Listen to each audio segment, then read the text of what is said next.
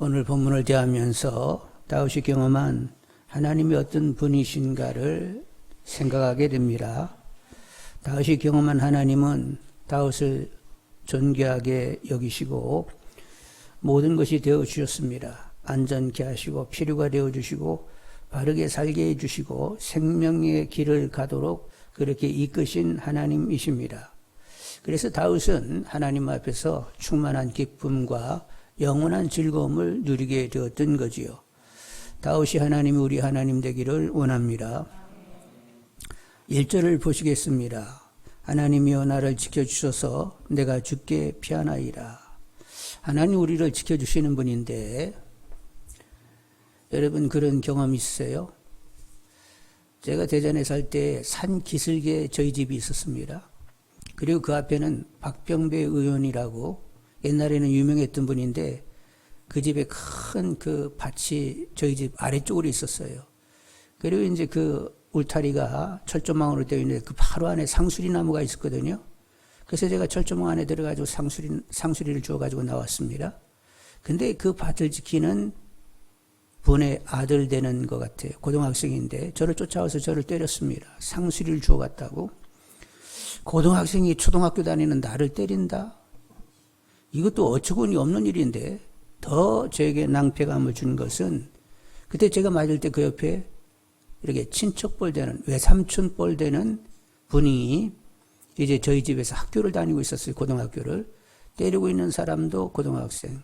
또 그 먼 친척뻘 되는 그분도 이렇게 고등학교를 다니는데 제가 맞는데 착하고 열해가지고 제가 맞는 걸 그냥 보기만 하고 있는 거예요. 그때 제 기분이 어떤 줄 아세요? 아니 고등학교 학생이 왜 이렇게 초등학생을 때리냐고 이게 될 일이냐고 한마디도 해야 되는데 가만히 있더라고. 차라리 없었으면 혼자 맞으니까 맞는가 보다 그러는데 좀 도와줄 사람이 옆에 있는데도 아무 도움이 안 되니까 더 실망되더라니까요. 그래서 지금 60년이 지났는데 지금도 기억한다는 건 아니에요. 그 일을. 얼마나 그 상황이 막 강인하게 저에게 색인이 됐으면. 그런데 그 먼 지척발 외삼촌은 착하고 여린 사람 뭐가 된 줄 아세요? 목사님이 됐다는 거 아니에요.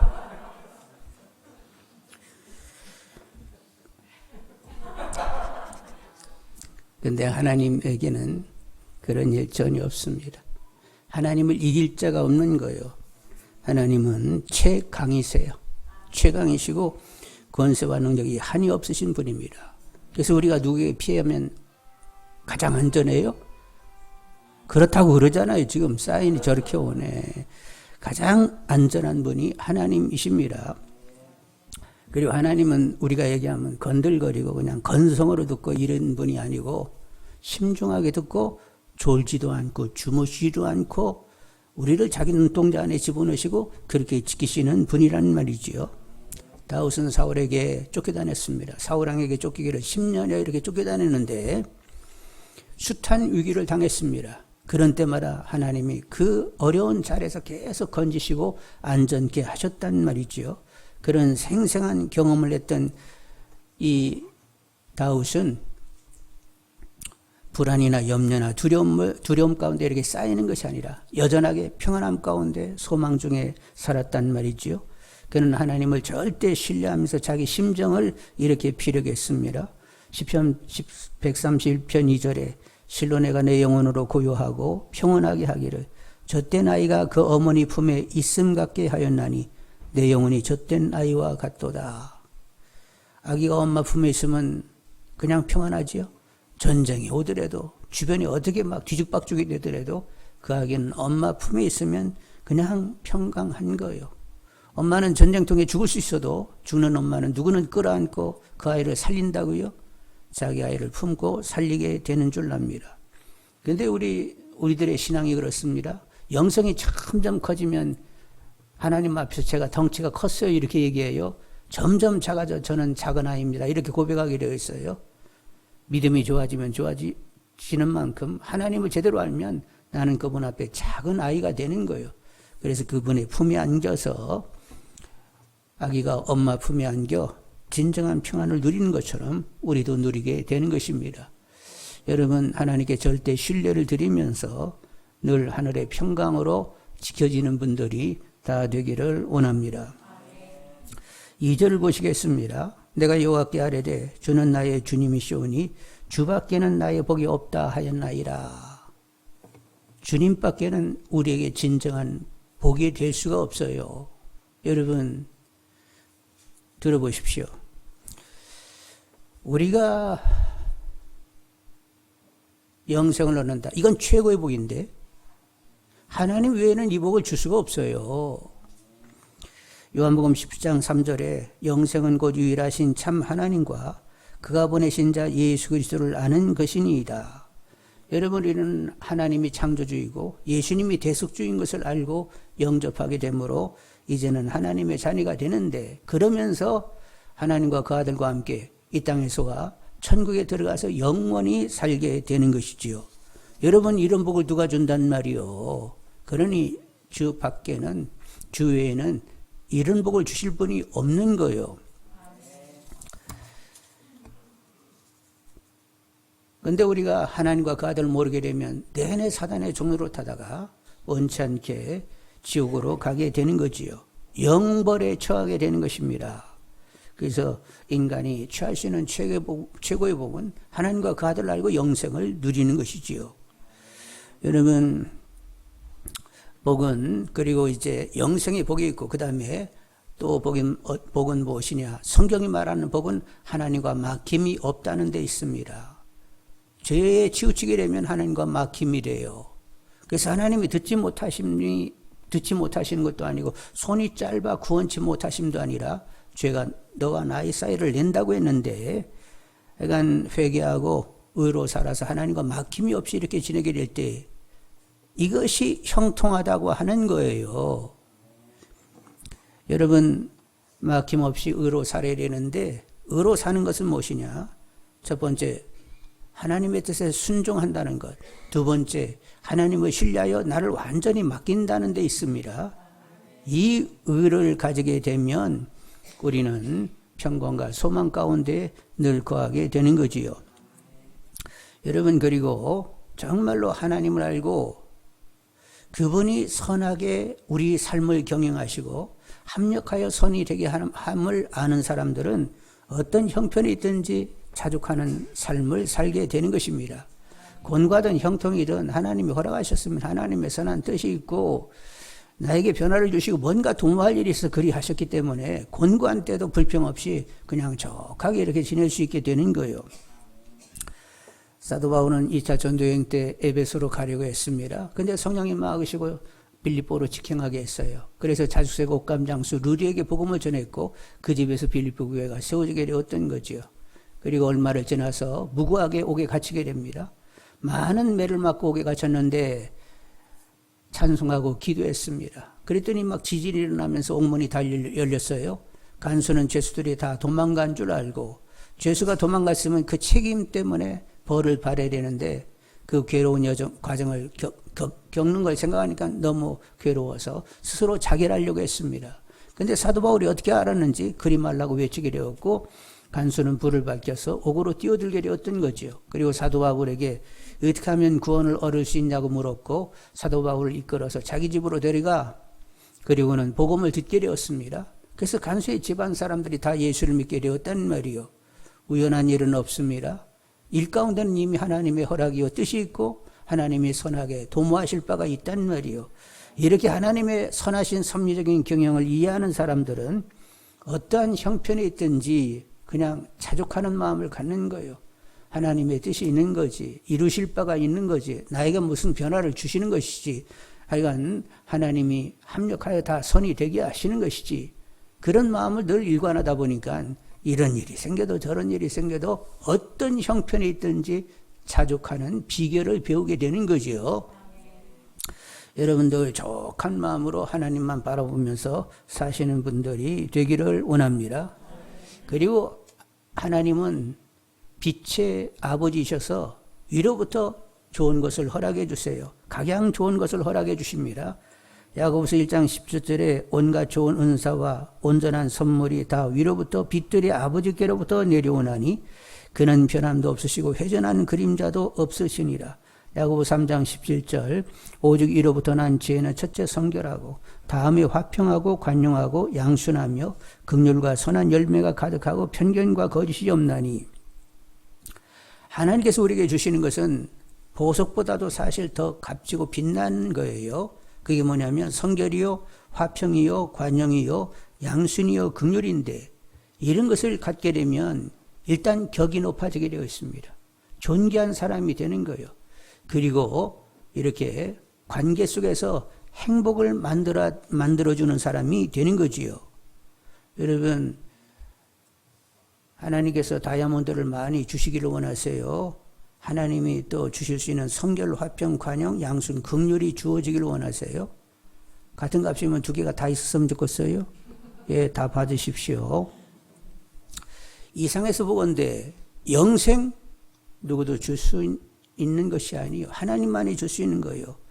그리고 하나님의 섭리적인 경영 가운데에 늘 어떤 형편에 있든지 자족함으로 살 수 있게 하시는 것 하나님만이 하실 수 있는 일인 줄 압니다.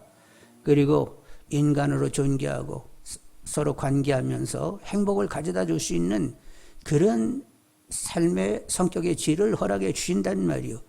이렇게 허락하실 분이 누가 있단 말이요. 주 밖에는, 주 외에는 나에게 복이 없다고 선언할 수 있는 분들이 되시기를 원합니다. 3절을 보시겠습니다. 3절. 땅에 있는 성도들은 존귀한 자들이니 나의 모든 즐거움이 그들에게 있도다. 이렇게 성도님들을 보게 되면 땅에 있는 성도들을 보면 즐거움을 갖게 되는데 왜 그러냐? 여러분, 성도들이 존귀한 것은 그들이 어떠한 갖춤, 어떤 성품과 어떤 선한 실력을 갖추어서 그들이 존귀한 것 아니요. 자격이 전혀 없는데도 불구하고 하나님이 존귀하게 대해주신다는 데에 존귀가 결정나는 것입니다.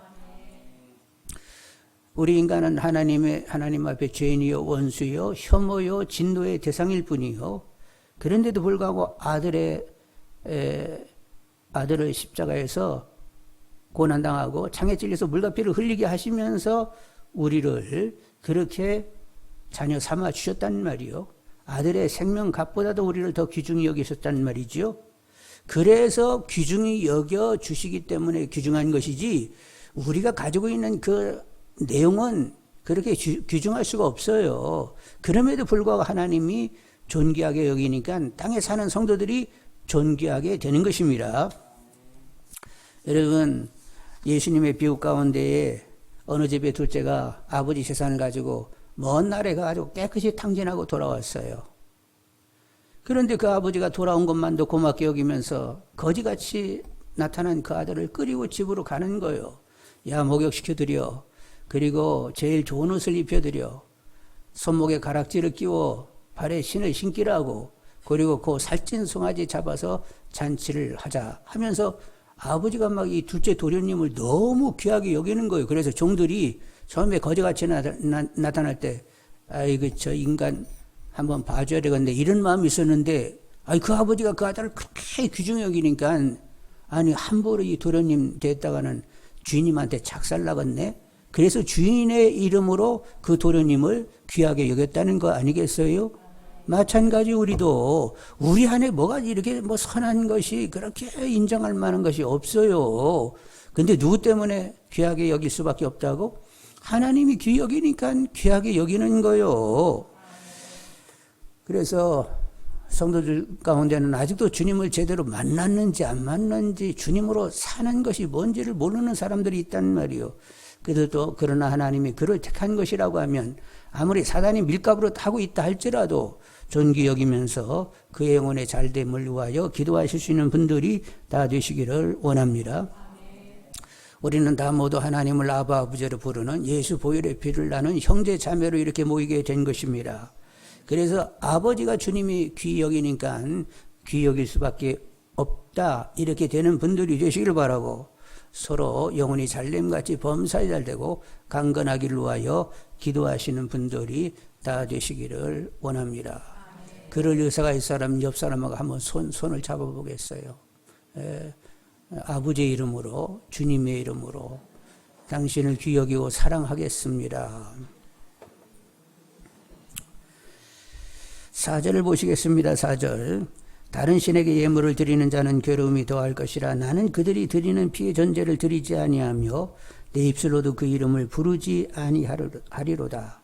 하나님 외에 다른 신은 없다. 그런데 문제는 가장 다른 신 한 가지가 분명한데 우상이 하나가 있는데 그게 누구냐면 바로 나라는 거예요. 여러분이 이렇게 믿음 생활하는데 어떤 믿음을 하느냐? 하나님께 잘 보여서 하나님께 공을 들여서 결국 내가 원하는 것을 취하겠다. 세상의 복을 갖겠다. 부와 권세와 학벌과 명예와 인기, 출세를 하겠다. 이렇게 접근할 수가 있다는 거예요. 이것은 종교적인 것이고 미신적인 것이라고 하는 것입니다. 신앙은 뭐예요? 하나님과 정말로 인격적인 만남을 갖는 거예요. 하나님이 누구신지를 알고 제대로 반응할 줄 알아야 되는 것입니다. 하나님은 나를 지으셨습니다. 아들의 피의 값을 주고 나를 산발되었습니다. 나는 하나님 것이 되었습니다. 나는 하나님 것입니다. 오직 하나님의 뜻만이 나에게 있을 뿐입니다. 내가 그리스도와 함께 십자가에 못이 박혔나니 주님과 함께 십자가에 못이 박힐 때에 나의 뜻도 못이 다 박혀버리고 말았어요. 나의 뜻도 이제는 없어요. 그러니까 나의 원대로 마옵시고 아버지의 원대로 되어지기를 원한다고 오직 아버지의 원을 내 평생에 계속 채우는 분들이 되기를 원합니다. 내가 무엇이 되어야 될지 내가 무엇을 행해야 될지 이런 모든 것도 다 하나님의 뜻이 묻어 있어야 된단 말이에요. 그렇게 삶을 살고자 하는 분들이 다 되기를 원합니다. 로마서 12장 1, 2절에 그러므로 형제들아 내가 하나님의 모든 자비하심으로 너희를 권하노니 너희 몸을 하나님이 기뻐하시는 거룩한 산제물로 드려라. 이는 너희의 드릴 영적 예배니라.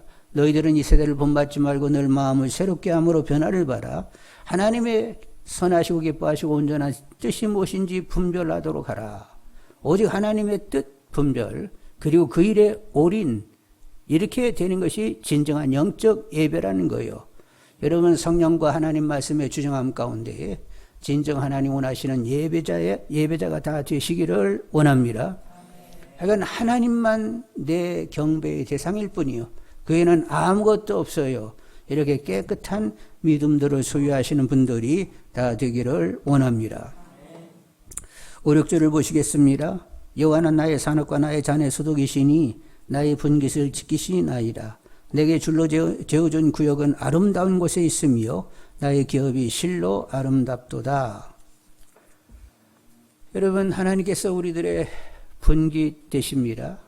잔의 소득이 되어주십니다. 그분이 산업이세요? 기업이세요? 요 며칠 전 어떤 성도님인데 그 잣나무 숲에 가가지고 잣이든 송이 솔방울을 줍게 되었습니다. 근데 이것저것 이제 널려 있는데 자루를 하여간 서너 개 가져가지고 다 담아서 좀 이렇게 산 아래쪽으로 있는 차에 옮겼어요. 그래서 이제 다 실었는데 보니까 글쎄 뒷주머니에 끼워놨던 지갑이 없어진 거예요.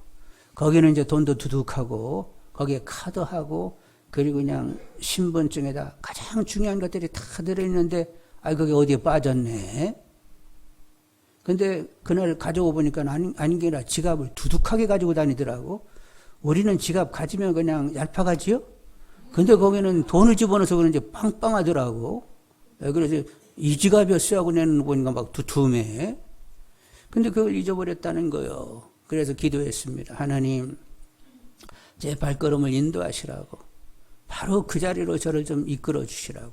그래서 이제 찬찬히 지나온 길을 이렇게 살피면서 올라가죠. 한 30분 정도 이렇게 찾으면서 올라갔는데 어느 잣나무 밑둥에 이렇게 떨어져 있는 것을 보게 되었다는 거예요. 그걸 딱 발견한 순간 어떻게 됐을까요? 여러분이 만일 그 주인공이라면 어떻게 할 거예요? 할렐루야 했겠지. 기도했으니까. 그냥 너무 막 은혜가 되고 그냥 막 감격이 되고 그 감동을 먹었다는 거예요. 하나님은 나의 소득이요 분깃을 지키시는 분이구나 하면서 감격하는 시간이 있었다는 거예요. 하나님은 나의 산업과 자네 소득이십니다. 먹을 것, 마실 것, 입을 것 등 모든 것을 공급하십니다. 하늘에 나는 새 심지도 않고 거두지도 않고 창고에 모아들이지 않아도 하나님이 기르십니다. 들에 빈 백합화 수고도 길쌈도 없는데도 하나님께서 아름답게 입히십니다. 이렇게 민물들도 하나님께서 정성 들여 그들을 돌보시게 되는데 하물며 하나님의 아들, 딸이라는 이름을 하나님이 주셨는데 너희들 챙기지 않겠느냐? 예수님이 이렇게 반문하신단 말이요. 먼저 그의 나라와 의를 구하시라고 했는데 여러분 말씀을 분별하여 하나님과 막히지 않도록 삶을 살고자 하는 분들이 다 되기를 원합니다. 그러면 나가도 들어가도 복을 받고 구워줄지언정 꾸이지 않게 하신다는 거예요. 여러분 우리는 꾸이지 않고 구워주는 쪽으로 가야 됩니다. 왜냐하면 우리는 복의 근원의 삶을 살아야 되기 때문에 그렇습니다. 받는 것보다는 것은 주는 것이 훨씬 복되다고 하나님 말씀하셨어요. 그러니까 먼저 그의 나라와 의를 구하는 가운데 꾸이지 않고 구워주는 복의 근원들이 다 되시기를 원합니다. 근데 이제 하나님께서 기업이 되어주신다. 산업, 자녀소득, 분깃이 되어주신다. 이렇게 말을 할 때 꼭 재물만을 얘기하는 것은 아니에요. 우리들의 인격과 삶을 살아내는 데 있어서 필요한 것들은 다 허락하십니다. 우리들의 인격을 위해서는 사랑과 열악과 화평과 오래 참과 자비 양선과 온유와 충성과 절제, 겸손 이런 것들을 우리에게 다 허락하세요. 그리고 또한 직업과 사명을 위해서는 지혜와 능력과 재능 그리고 열정과 비전을 다 허락해 주시는 줄 압니다. 사도 바울은 이런 말씀을 하셨는데 로마서 8장 32절에 자기 아들을 아끼지 아니하시고 우리 모든 사람을 위하여 내어주시니까 어찌 그 아들과 함께 모든 것을 우리에게 주시지 않겠느냐. 아들 생명도 아까워지 않는 분인데 그 외에 뭐를 아깝다고 여기면서 안 주신단 말이요. 아들의 목숨까지 아까워지 않고 주신다고 하면 하여간 필요하면 우리에게 다 주신다는 것입니다. 여러분 우리가 얼마나 부유한 자인 것을 아시기를 원합니다. 여러분 우주 만물을 지으시고 우주 만물을 다스리는 이 하나님이 내 안에 오셨어요.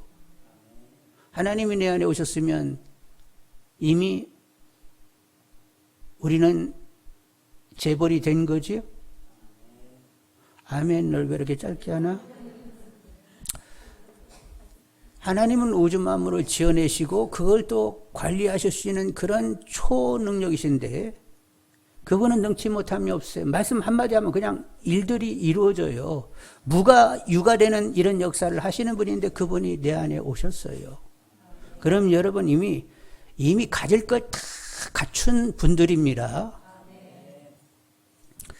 이건 하나님을 누리시면서 나 부족함이 없어 하고 사시는 분들이 되기를 원합니다. 양에게 선한 목자가 있으면 부족함이 없는 것입니다. 악에게 엄마가 있으면 부족함이 없는 것입니다. 우리에게 하나님 아버지가 계시면 부족함이 없는 거예요. 그래서 여호와는 선한 목자, 내게 부족함이 없다. 이렇게 노래들 하잖아요. 하나님을 기억 삼고 영역으로 부족함을 모르는 그리고 나누고 섬김으로 복의 근원이 되시고 그리고 하나님이 주신 그 은사와 능력 가운데 귀한 능력 있는 사역자들이 다 되시기를 원합니다. 그래서 주님의 존귀를 드러내고 하나님의 덕을 선전하는 왕같은 제사장으로 삶을 사시는 분들이 다 되기를 원합니다. 7절 보시겠습니다. 나를 훈계하신 여호와를 송축하여라. 밤마다 내 양심이 나를 교훈하도다. 하나님 우리를 사랑하기 때문에 훈계를 하세요. 어떻게 들으면 잔소리같이 들을 수도 있는데 하여간 사랑이시기 때문에 잘 되라고 교훈하시고 책망하시고 바르게 하십니다. 그래서 입의 말과 마음의 묵상이 하나님께 연락이 되어지도록 그렇게 정하도록 우리를 늘 빚어내세요. 그리고 정체감으로 살게 하십니다. 이렇게 늘 말씀하시는데 네가 누군 줄 알아야 돼. 내 앞에서 내가 누군 줄 알아야 된다고 주님이 사시는 주님의 몸으로 존귀하게 살아라. 하나님과 성령이 거하시는 성전으로 거룩하게 살아라. 빛의 자녀로 착하고 밝게 살아라. 생명을 전하는 증인으로 복음을 전하면서 살아라. 이러면서 우리가 누구인지를 알고 살도록 계속 우리에게 말씀을 주시는 줄 압니다. 여러분, 하나님의 덕 주님의 존귀를 드러내며 복음을 전하는 증인으로의 삶을 사는 우리 다 모두가 되기를 원합니다. 우리도 이제 화요일 그 온라인 성경 강좌가 있는데 요즘 사도행전을 하잖아요. 사도행전은 성령 행전이고 증인들의 삶의 내용이 실려 있습니다. 그래서 이제 강의를 듣고 이제 그 시간이 끝나면 오늘 뭐를 깨달았는지, 뭐가 은혜가 되는지 나누는 시간이 됐는데 나누면서 그러는 거예요. 사도행전을 배웠으면 전도해야 되는데 전도하지 못하는 것을 안타까워 여기면서 울먹하더라니까요.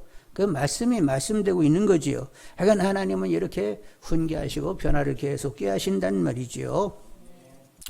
하여간 우리는 하나님의 훈계 가운데 끊임없는 변화를 받는 분들이 되시길 바라고 정체감을 가지고 결국 증인된 삶을 사는 우리 모두가 다 되기를 원합니다.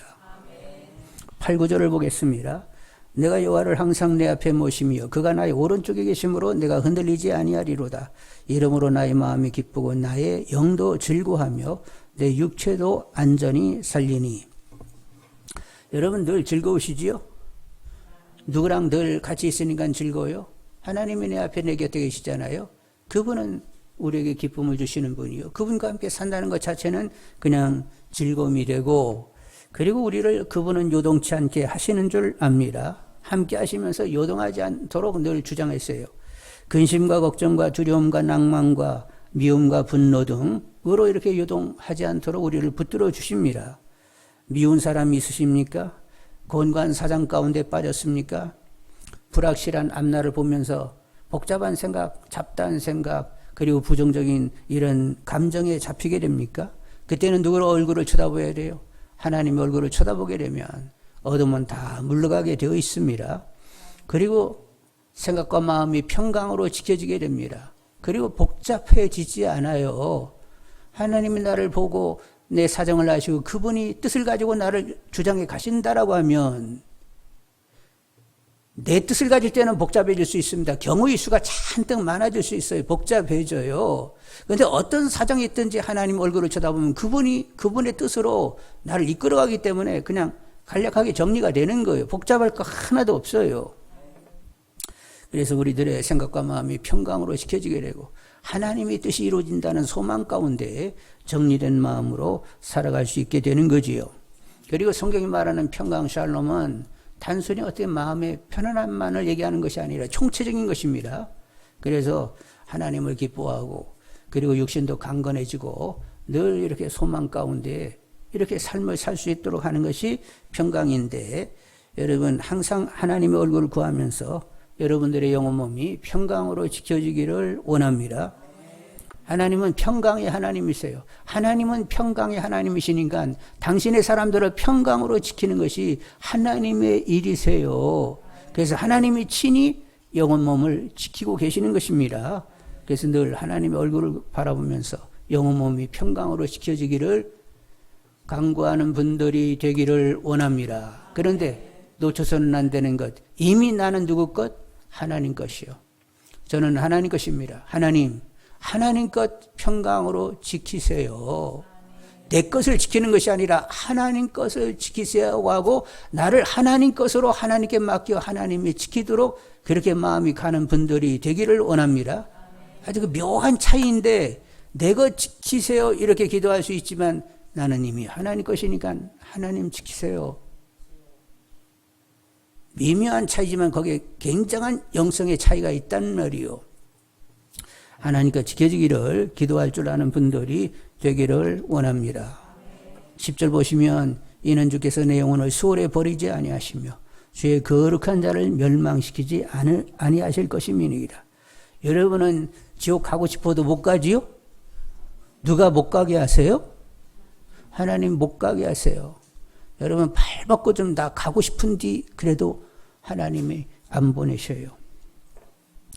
여러분들은 무의미한 죽음으로 지옥 가지 않도록 하나님이 허락하시질 않습니다. 하나님과 하나님의 뜻으로 살다가 부활의 영광으로 천국에 들어가게 하시는 줄 압니다. 자, 그래서 천국에 들어갈 사람들은 이미 열린 하늘을 보고 있는 거예요. 여러분이 기도하실 때 예수의 이름으로 기도하신단 말이에요. 예수의 이름으로 기도하면 어디까지 나가는 거예요? 하나님 보좌 앞에까지 나가는 것입니다. 때릇 없는 은혜와 긍휼을 얻게 하여 하나님 보좌 앞에 담대히 나갈 것이니라. 길은 예수님이세요. 예수의 이름으로 나가면 그 길을 따라가면 하나님 보좌가 있고 하나님 코앞에 나가서 때릇 없는 은혜와 긍휼을 구하게 되는 것입니다.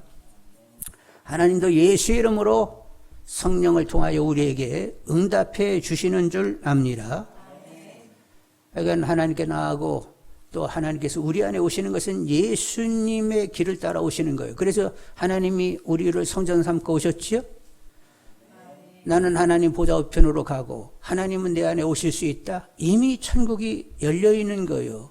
주님은 길이시면서 그분이 천국문이 되시는데 열려 있는 것입니다. 그래서 쉬지 말고 기도하는 것이 하나님의 뜻인데, 여러분 쉬지 말고 기도하는 것이 하나님의 뜻인데, 여러분이 쉬지 말고 기도하는 것은 뻔질나게 어디를 들락거리는 거예요? 열린 문 천국에 그냥 들랑들랑 하는 거예요. 그래서 천국에 들어가는 것이 뭐 새삼스러운 것이 아니라니까. 늘 쉬지 말고 기도하는 가운데 그 길이 익숙해져가지고 때가 돼가지고 야 이제는 이제 들랑달랑 거리지 말고 이제 들어와. 그런데 익숙한 길을 따라가지고 그냥 들어가면 되시는 거예요. 그런데 하여간 음부에 내려가지 않고 천국의 부활의 생명으로 천국에 들어가게 하신 이 일을 여러분 감사히 여기면서 언젠가는 이제는 들락거리지 않고 이제 들어가게 되는 줄 알지만 그래도 이 땅에 있으면서도 천국에 익숙해지는 분들이 다 되시기를 원합니다. 하나님 나라가 지금 천국에만 있어요? 우리 심령 안에도 있어요? 우리 심령 안에도 천국이 있는 것입니다.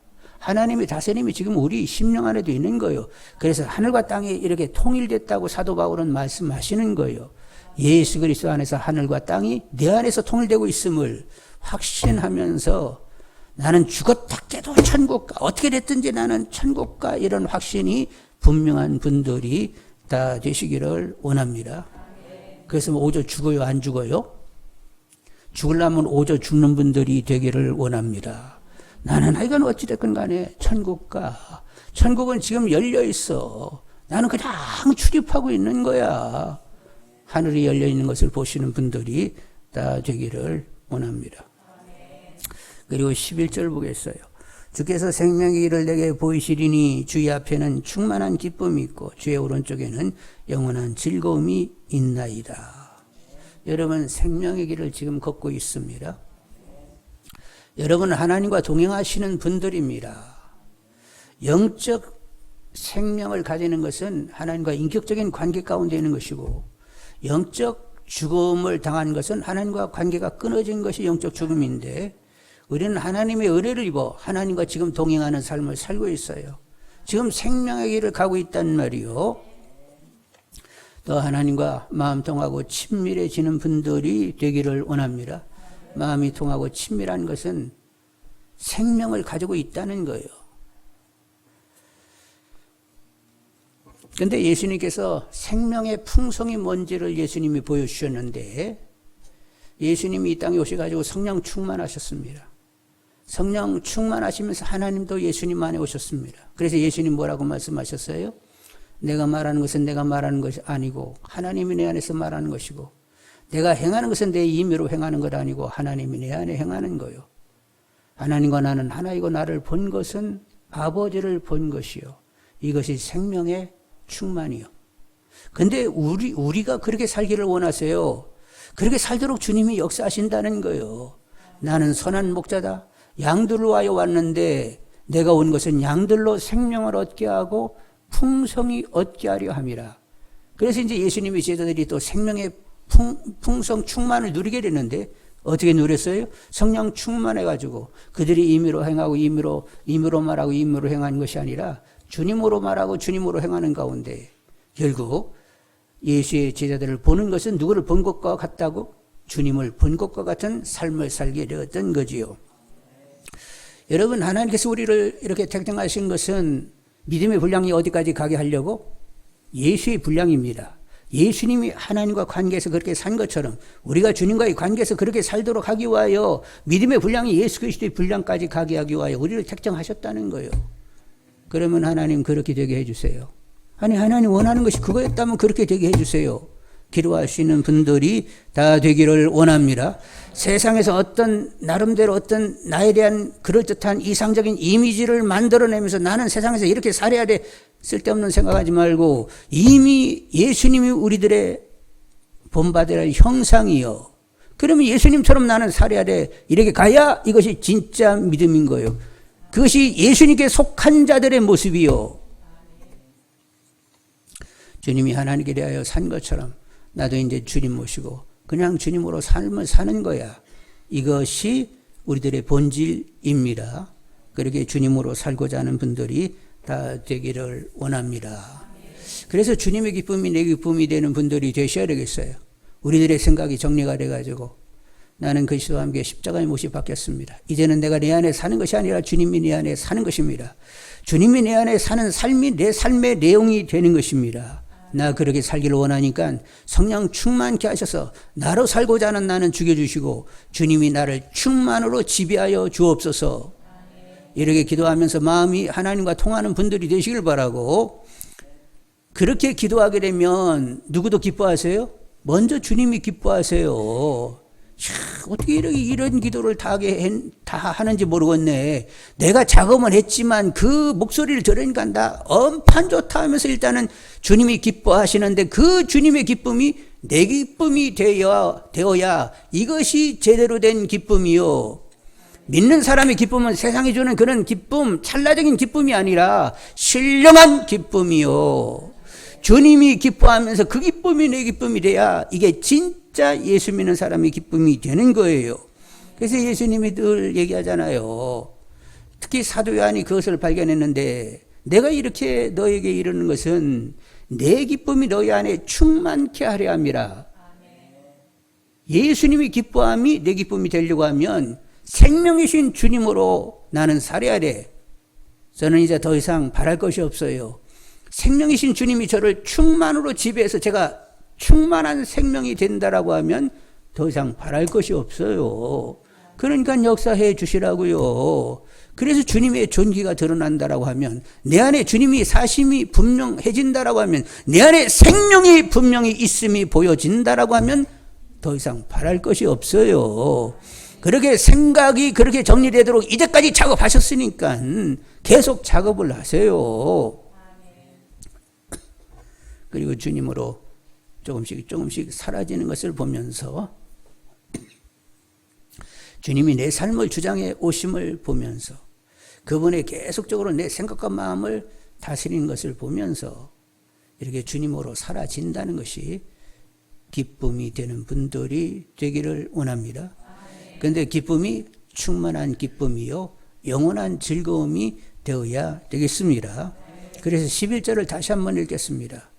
주께서 생명의 길을 내게 보이시리니 주의 앞에는 충만한 기쁨이 있고 주의 오른쪽에는 영원한 즐거움이 있나이다. 자, 다윗이 이렇게 얘기했다라고 하면, 다윗은 많은 어려움이 있었잖아요. 10여 년 동안 이렇게 사울왕에게 쫓기는 이런 삶도 살았고, 그리고 또 하나님은 그에게 스스로 연약함을 보게 하시기 위하여 부하장수 우리아의 밧세바를 취하게 됐습니다. 그래서 하나님 앞에 나가서 나는 죄의 덩어리라고, 모태로부터 죄의 덩어리로 태어났다고, 하나님의 신이 떠나지 않기를 원한다고 간절히 엎어져 기도하게 또 하나님이 그를 만들었단 말이요. 그러면서 오직 하나님이 생명의 길로 자기를 이끄심을 보면서 그냥 하나님으로 기뻐하고 하나님으로 즐거워하며 삶을 영위하는 사람이 되게 되었던 거지요. 예수님의 제자들 환난과 시련과 핍박, 결국 그들은 가난으로 살다가 순교당했습니다. 그런 삶의 여정을 가면서도 그들이 불평하고 불만한 적이 없었어요. 주님이 내 안에 사심이 너무 분명하고 주님이 나를 통하여 역사하심이 계속적으로 표적이 나타난 것들을 보면서 주님으로 산다는 그 자체로 그들은 주님 때문에 항상 기쁨이 충만했고 영원한 즐거움 가운데 있었던 거지요. 두려움 때문에 그들이 변색된 이런 신앙의 질을 보인 적이 없어요. 내일 죽는다 할지라도 그 첫날 그들은 깨끗이 평안했고 그들은 노래하고 있었고 순교의 자리를 기꺼이 나가고 있는 것을 본단 말이요. 주님이 그들 안에 생생한 실제가 되었던 것입니다. 우리들도 사도행전적인 그런 신앙인물처럼 우리도 살아야 됩니다. 아, 그분들은 굉장히 특별한 분들이니까 그렇게 살았지. 아니요. 똑같이 하나님의 아들, 딸들이요. 그들의 삶이 우리들의 삶이 되어야 되는 것입니다. 우리들의 믿음의 분량이 어디까지라고요? 예수님까지요.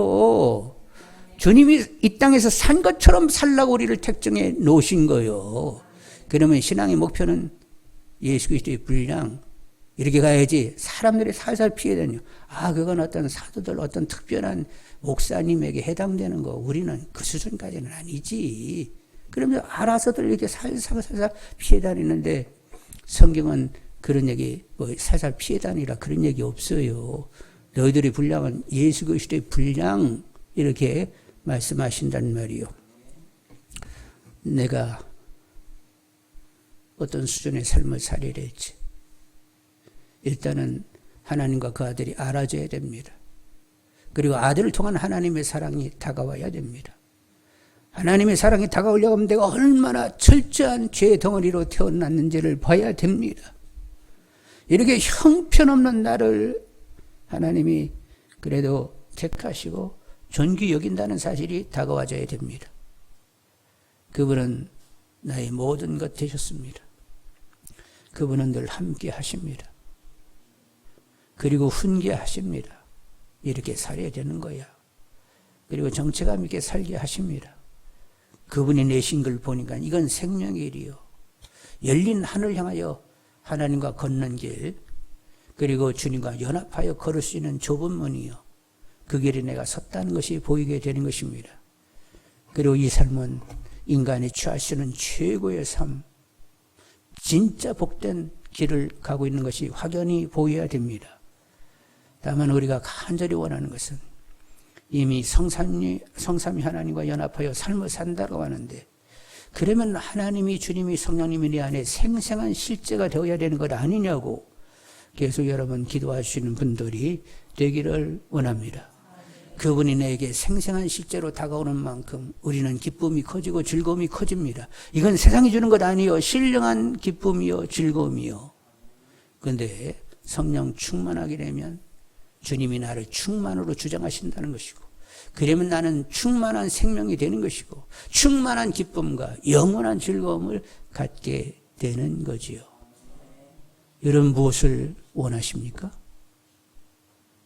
성경은 우리에게 계속 무엇을 이야기하고 계십니까? 들을 수 있는 귀들이 다 되시길 바라고, 그림이 제대로 그려지는 분들이 되시길 바라고. 예, 그렇군요. 보여지는 가운데 주님이 생생한 나 안의 실제, 그래서 그분 때문에 충만한 기쁨과 영원한 즐거움을 누리고자 하는 분들이 다 되시기를 원합니다. 이것이 신앙생활이요. 기도하겠습니다.